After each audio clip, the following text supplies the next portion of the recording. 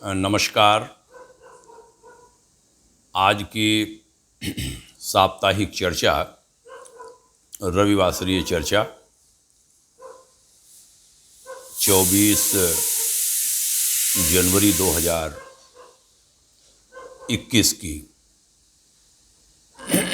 राष्ट्रदेव के श्री चरणों में ये 35वां पुष्प है। 34 रविवार हम अलग अलग विषयों पर बात कर चुके हैं। आज का जो विषय है वह प्रार्थना का महत्व और प्रार्थना की ताकत, इस विषय पर है। आशा है हमारे मित्रों को, स्वजनों को, देशवासियों को ये चर्चा पसंद आएगी और यह किसी व्यक्ति, किसी समाज, किसी समुदाय के लिए नहीं, बल्कि यह बातें मानव मात्र के लिए उपयोगी हैं, सबके लिए उपयोगी हैं। कहा गया कि सच्ची श्रद्धा और विश्वास के साथ यदि ईश्वर से कुछ कहा जाए, प्रार्थना की जाए, तो उसमें वह शक्ति है जो जीव को ब्रह्म से, आत्मा को परमात्मा से मिला देती है, जोड़ देती है, संयुक्त कर देती है, एकाकार कर देती है। प्रार्थना का आध्यात्मिक महत्व तो है ही, वह हमारे व्यावहारिक जीवन के लिए भी बड़ा ही उपयोगी है। उससे हमारे जीवन और जगत में तादात्म्य बना रहता है, संतुलन बना रहता है। प्रार्थना का हमारे मानसिक, शारीरिक स्वास्थ्य पर भी गहरा प्रभाव पड़ता है। रोग प्रतिरोधक क्षमता बढ़ती है, स्मरण शक्ति का विकास होता है, तनाव मुक्त जीवन बन जाता है, मानसिक दृढ़ता आती है और इंसान एक लंबी आयु जी सकता है। यानी आयु के वृद्धि में, आयु बढ़ाने में भी प्रार्थना का महत्व है। इसलिए प्रार्थना से किसी को भी दूर नहीं होना चाहिए। मानव तन मिला है तो प्रार्थना अवश्य की जानी चाहिए। आज इसी विषय पर चर्चा हम लोग करेंगे, सुनेंगे और आशा करूँगा आप सभी को अच्छा लगेगा। हमारे मार्गदर्शक परम पूज्य गुरुवर आचार्य श्री राम शर्मा जी ने बहुत बेशकीमती बात कही थी कि प्रार्थना यानी उपासना के बिना भोजन नहीं करना और स्वाध्याय के बिना शयन नहीं करना। जब भोजन करने बैठें तो सोचें कि हमने प्रार्थना की या नहीं। यदि नहीं की तो भोजन रोक दीजिए और कुछ देर प्रार्थना अवश्य कीजिए। जीवन में सफलता के लिए ये बहुत ही ज़रूरी है। जिसने ये नहीं किया वह जीवन के विभिन्न क्षेत्रों में असफल होता है, परेशान होता है, दुखी होता है, खींचता है और अपने दोष दूसरों पर मढ़ता है। इससे बचा ही जाना चाहिए। विश्व जागृति मिशन ने एक किताब छापी थी, उसका नाम था प्रार्थना। प्रार्थना नाम की लगभग 250 पृष्ठ की, 225 पृष्ठ की ये पुस्तक बहुत ही महत्वपूर्ण है। मिशन प्रमुख श्रद्धेय आचार्य श्री सुधांशु जी महाराज के लिखे गए कुछ शब्द प्रार्थना के बारे में उनकी लेखनी से निहित कुछ वाक्यांश आज हम उद्धृत करना चाहेंगे, कोट करना चाहेंगे। उन्होंने बड़ी प्यारी बात लिखी थी कि एक मनुष्य को हम पत्र लिखते हैं, उसका भला बुरा उत्तर भी मिलता है, कभी कभी नहीं भी मिलता। वह पत्र आखिर कागज़ का टुकड़ा ही तो है। ईश्वर को पत्र लिखने में न कागज़ चाहिए और न कलम दावात और न ही शब्द। ईश्वर को जो पत्र लिखा जाता है उसका उत्तर न मिले ऐसा कभी नहीं होता। पत्र का उत्तर तो आता ही है, और उस पत्र का नाम पत्र नहीं है बल्कि प्रार्थना है, पूजा है। उन्होंने आगे कहा था कि प्रार्थना का भजन जीभ से नहीं होता बल्कि हृदय से होता है। इसी कारण गूंगे, तुतले, मूढ़ भी प्रार्थना कर सकते हैं। जीभ पर अमृत हो, हृदय में हलाहल, तो जीभ का अमृत किस काम का। कागज़ के गुलाब से सुगंध कैसे निकल सकती है। स्तुति, उपासना, प्रार्थना को कई बार लोग अंधविश्वास कह देते हैं। यह बहुत गलत बात है, बल्कि उतनी अथवा उससे भी अधिक सच बातें हैं कि हम खाते हैं, पीते हैं, चलते हैं, बैठते हैं, दिनचर्या हमारी होती है, हम इसको सच मानते हैं। प्रार्थना का जो उत्तर है वह अवश्य मिलता है, वो अंधविश्वास नहीं है। वास्तव में यही एकमात्र सच है, दूसरी सब बातें झूठ हैं, मिथ्या हैं। महात्मा गांधी के जीवन के ढेरों प्रसंग, संत विनोबा भावे, ईश्वरचंद विद्यासागर, ठाकुर रामकृष्ण परमहंस आदि के अनेक जीवन प्रसंग ऐसे हैं जो बड़ी प्रेरणा देते हैं। हम उनमें से कुछ को यहाँ पर कोट करेंगे, उद्धृत करेंगे। महात्मा गांधी ने लिखा था, जब कभी मैं कमज़ोर पड़ा और मुझे लगा कि आज मुझे दैवी शक्ति की सहायता की आवश्यकता है और मैंने बेबसी में आकर फरियाद की, तो मुझे इस बात का आश्चर्य हुआ कि परमात्मा ने सहायता भेजी और मेरा भला हुआ। मैं समस्या से बाहर निकला और मैंने देखा प्रार्थना फलवती हुई है। एक प्रसंग गांधी के जीवन का है, आश्रम का है। कोई समय था जब लोग उनके पास से हट गए किन्हीं कारणों से, और भोजन नहीं था, राशन नहीं था। कोई भिखारी मांगने वाला याचक आ गया। जब उसने मांगा तब इन्होंने लेखनी रोककर, लिखना छोड़कर रसोइये को बुलाया, इसे कुछ दे दें। तो उसने कहा, कुछ भी नहीं है आज हमारे रसोई में। कुछ तो होगा, नहीं कुछ भी नहीं है। महात्मा गांधी ने उस समय आकाश की ओर देखा और कहा, तू कहाँ बसा हुआ है भगवान, हम कहाँ किसके सामने हाथ फैलाएं। और कहते हैं उसी समय एक कोई गाड़ी से अमीर व्यक्ति आया और नोटों की गड्डी सामने गांधी जी की ओर फेंक कर बिना मिले चला गया। गांधी जी धूल उड़ाती उस जाती हुई गाड़ी को देखते रह गए और इधर नोटों की गड्डियों को, और उन्होंने कहा कि ये किसी शक्ति का नहीं वरन स्वयं भगवान का चमत्कार है। जिस तरह से वो देना चाहता है उस तरह से वो सामने भेज ही देता है। स्वामी दर्शनानंद जी के जीवन की भी ऐसे ही घटना है। गुरुकुल महाविद्यालय हरिद्वार में आज भी वह सेवा कर रहा है। उन्होंने स्थापना करी थी गुरुकुल महाविद्यालय की।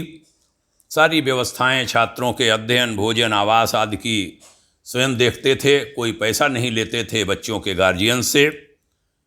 बहुत से विद्यार्थियों को वहाँ से ज्ञान की शक्ति मिली। स्वयं हमारे कुटुंब के कई पूर्वज वहाँ पढ़े हैं और उनके नाम अमर हो गए। ऐसी शिक्षाएं वहाँ से उन्होंने पाईं। एक बार स्वामी जी कहीं प्रवचन करने बाहर गए, कई दिन बाद लौटे, राशन ख़त्म हो चुका था। लौट कर आए तो छात्रों को पढ़ाने में लग गए। अध्यापन के बाद व्यवस्था देखने के लिए निकले तो भंडारी ने निवेदन किया, मैं बड़ी देर से प्रतीक्षा कर रहा हूँ, आप मिलें और मैं बताऊँ कि आज हमारी रसोई में कुछ भी नहीं है, राशन नहीं है। समय भोजन का हो चुका था, विद्यार्थियों के घंटी बजाने का समय हो चुका था। पूछा कितना देर में भोजन की घंटी बजने वाली है? बोले समय तो हो गया है। उन्होंने कहा घंटी बजाओ। बच्चों को भी बिठाया, भोजन है नहीं, भोजन बना ही नहीं है, केवल जल रखवा दिया और वह प्रार्थना करने लग गए, भगवान हमारे बच्चे आज भूखे हैं, कोई व्यवस्था नहीं है। बच्चे माने उनके विद्यार्थी, और बड़ी संख्या में विद्यार्थी प्रार्थना कर रहे हैं, बच्चे भी प्रार्थना कर रहे हैं। बच्चों को भी मालूम है आज राशन नहीं है, और एक बार मन में आशंका भी स्वामी दर्शनानंद जी को होती है कि आँख खोली प्रार्थना के बाद और भोजन नहीं हुआ तो क्या होगा। और कहते हैं ये एक सच्ची घटना है हरिद्वार की। आँख खोली तो एक गाड़ी पर 4-5 लोग भोजन लेकर के आए, बना हुआ, पका हुआ, और क्षमा मांगी कि क्षमा करिए देर हो गई थी, आज अपने रसोई से बच्चों को कुछ मत खिलाइएगा, आज हम भोजन कराएंगे। उन्होंने भोजन कराया। वह रोने लगे, रोते जाएं, हंसते जाएं और कहें ठीक है भाई, रसोई से भोजन नहीं मंगवाएंगे, जो पका पकाया भोजन भगवान ने भेजा है वही खिलाएंगे अपने बच्चों को। और थालियों में भोजन परोसा गया। अब की बार बच्चों के रोने की बारी थी, बच्चे भी रो रहे थे। आधा भोजन रसोईया रो रहा है, बच्चे रो रहे हैं, कर्मचारी खड़े हैं, जीप लेकर आए लोग ये नहीं समझ पा रहे हैं हो क्या रहा है। रोते रोते आधा भोजन विद्यार्थी कर चुके थे। दर्शनानंद से रहा नहीं गया। उन्होंने बच्चों को संबोधित करके कहा, देखो बेटा, हमने ये अनुभव किया है कि दुनिया में किसी इंसान पर भरोसा करो या न करो, अपने मालिक पर भरोसा जरूर करना। इंसान हमारे भरोसे को तोड़ सकता है, किंतु परमात्मा हमारे विश्वास को कभी टूटने नहीं देता। इस जीवन में मैंने तुम्हें जो कुछ भी सिखाया है वह पाठ शायद पर्याप्त हो या न हो, किंतु आज जो भगवान ने स्वयं पाठ पढ़ा दिया है, इससे बड़ा पाठ कोई हो नहीं सकता, इससे बड़ा चमत्कार और कोई हो नहीं सकता। ध्यान रखना कि प्रार्थना में अद्भुत शक्ति है, कभी प्रार्थना को मत छोड़ना। प्रार्थना की शक्ति से चमत्कार भी होते हैं, और अनेक महात्माओं के जीवन में इस तरह के उदाहरण घटित हुए हैं। घटनाएं कई एक जो समय समय पर पढ़ी गईं, जानी गईं, वह इस समय आ रही हैं, लेकिन समय सीमा को ध्यान में रखते हुए हम कुछ खास चीज़ों को ही यहाँ पर उद्धृत कर रहे हैं। एक घटना अब्दुल्ला हाजी और दमिश्क के मोची की है। हाजी साहब काबा जाकर उन्होंने हज पूरा किया। रात में सो रहे थे तो 2 फरिश्तों की आवाज़ सुनी, कह रहे थे 1 लाख लोग हज करने आए, लेकिन जो हज यात्रा स्वीकार हुई है वह दमिश्क के एक मोची की स्वीकार हुई है जो हज करने गया ही नहीं।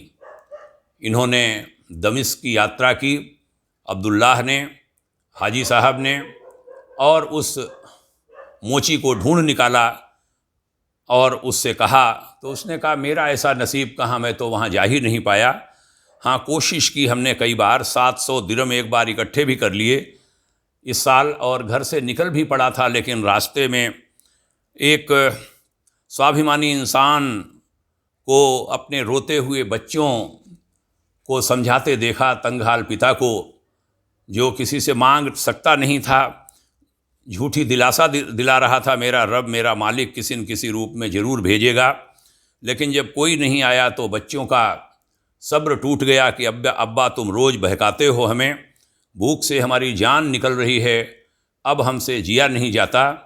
उन बच्चों की तड़प देखकर मोची कहता है कि मेरा मन पिघल गया। हज के लिए जमा की हुई रकम मैंने उनके सामने रख दी और कहा, तुम्हारे रब ने तुम्हारी दुआ सुन ली है, तुम्हारे लिए पैसे भेजे हैं, इन्हें रख लो। और वो मैं वहाँ से चला आया।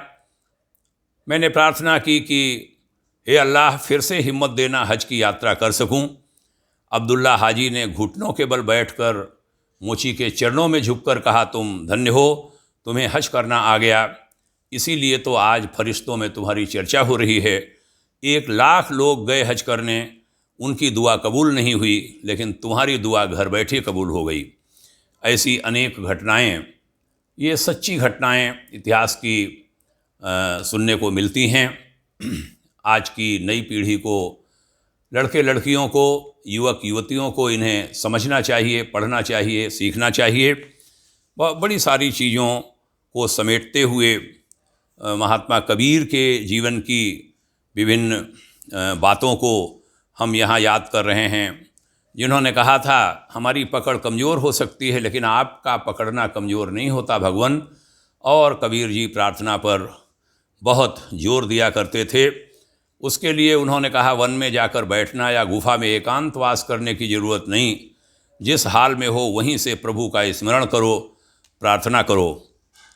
कहते हैं जंगल में उगने वाले पौधे का नाम तुलसी होता है, तुलसी है, जंगली घास है तुलसी। ऐसे ही तुलसी नामक एक व्यक्ति, तुलसीदास, गोस्वामी तुलसीदास जिन्हें कहा गया, वह प्रार्थना के ही बल पर वह क्षमता पा सके कि उन्होंने श्री रामचरितमानस लिखी।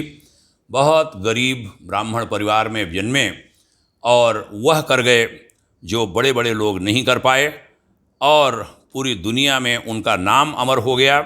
रामचरितमानस जन जन के हृदय में बैठ गया। कहते हैं जब हृदय में भगवान का प्रकाश होता है तभी ये चमत्कार होता है, हृदय में उसकी कृपा जागती है तो विनम्रता आती है। यह बातें हमारी नई पीढ़ी सीखेगी, समझेगी, महत्व समझेगी इसका। और जो समय नहीं निकालते 2 मिनट 5 मिनट भी प्रार्थना के लिए, केवल खाना, सोना, जगना, वह अपने जीवन में कुछ बदलाव लाएंगे, ऐसी आशा अपेक्षा के साथ यहाँ पर हम ये बात रख रहे हैं। समापन की ओर बढ़ाते हुए 2 प्रसंग और सुनाऊंगा। रामकृष्ण परमहंस जी कहते थे, तुमने धन कमाया, तुम्हारी दृष्टि में वो कीमती वस्तु है, उसकी अपनी कीमत है धन की, मेरी दृष्टि में वो जीरो है। तुमने विद्या प्राप्त की, बड़ी बड़ी डिग्रियां हासिल कर लीं, दुनिया की दृष्टि में तुम विद्वान हो गए, लेकिन मेरी दृष्टि में तुम केवल जीरो हो। तुमने कसरत की, शरीर के लिए मेहनत की, बलवान हो गए। बलवान होना, शक्तिशाली होना भी बड़ी बात है, पर वह भी मेरे हिसाब से जीरो है।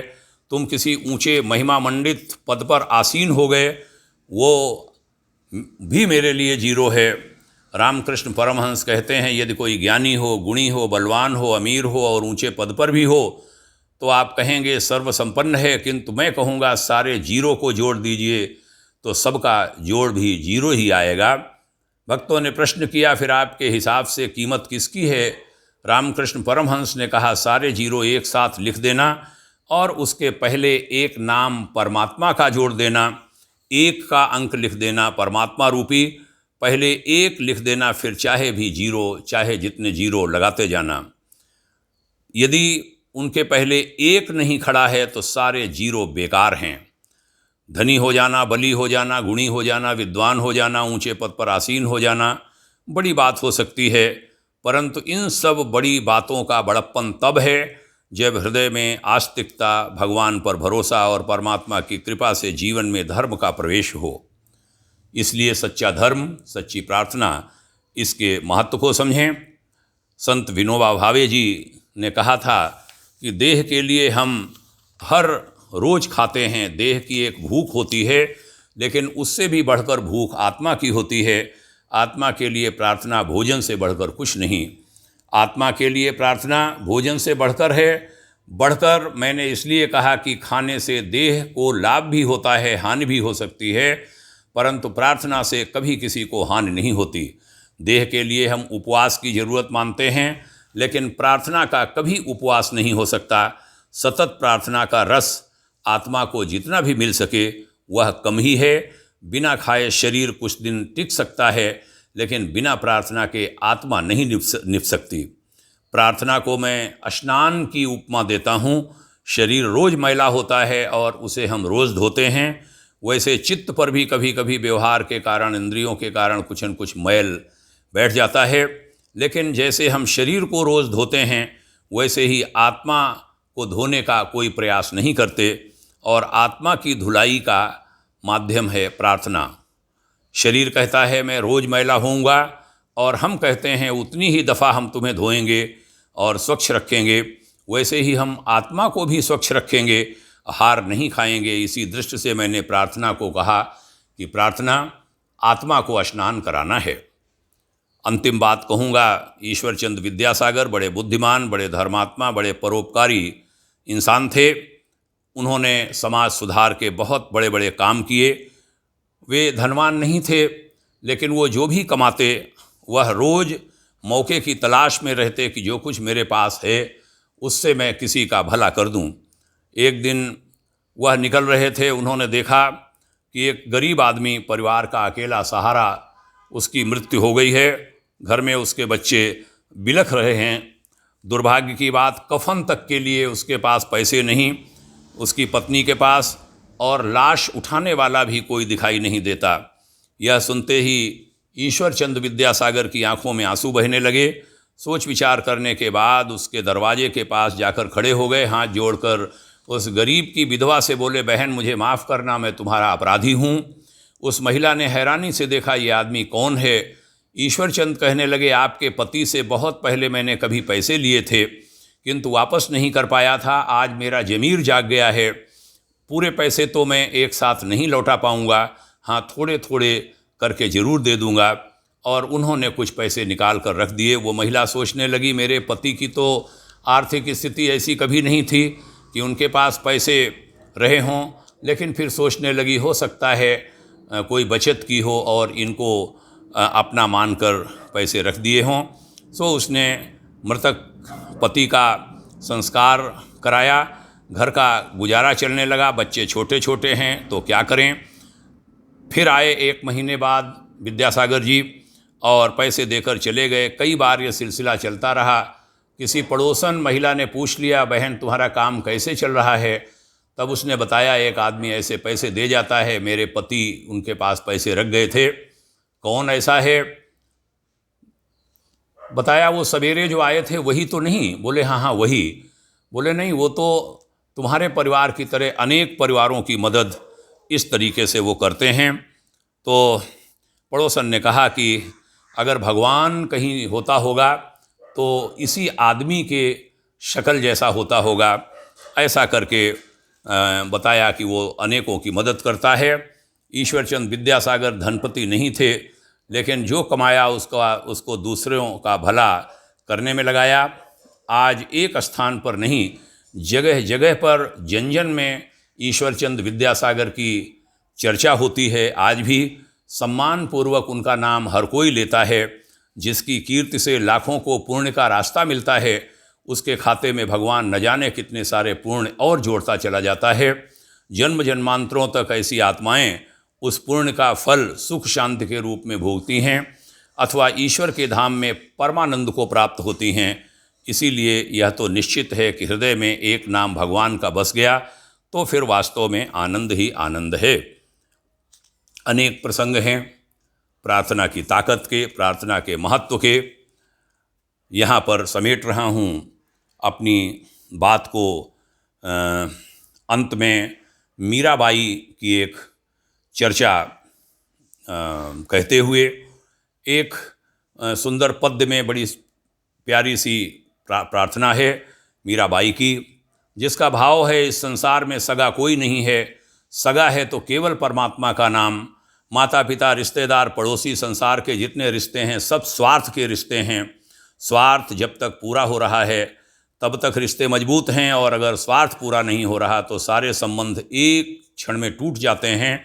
अपना सगापन प्रभु को दिखाने के लिए मीरा कह रही है कि हे प्रभु, तुम मीरा के हो और ध्यान देने की बात है। प्रभु जितने मीरा के हो सकते हैं उतना ही सबके हैं। जैसे आकाश में सूरज चमकता है, कोई नहीं कह सकता हमारे लिए चमकता है, वो सबके लिए चमकता है।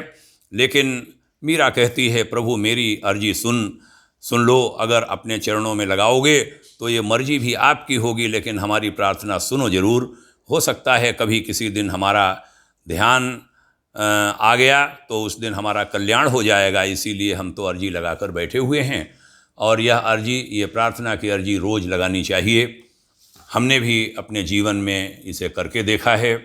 व्यस्तता के बीच भी कहीं आंख बंद कर कोई न कोई, बिना कोई कर्मकांड का अवसर है, ठीक है, नहीं तो भगवान कोई कर्मकांड नहीं देखते। कर्मकांड हमको शिक्षा देने के लिए होते हैं, बहुत सारी सीख उससे ली जा सकती है। और प्रार्थना हर हालत में, हर स्थिति में होनी ही चाहिए। चलते फिरते, बैठते लेटते, यहाँ वहाँ जहाँ भी मौका मिल जाए। हमारे गुरुदेव ने कहा था कि प्रार्थना मत छोड़ो, सब कुछ छूट जाए कोई बात नहीं, प्रार्थना मत छोड़ो। आपने ध्यान से सुना, आपको बहुत धन्यवाद। यह क्रम साप्ताहिक रविवासरीय चर्चा का, भाग्योदय विचार प्रवाह श्रृंखला का चलता रहेगा। हमारा प्रयास होगा विभिन्न विषयों पर चर्चा लेकर के आऊं।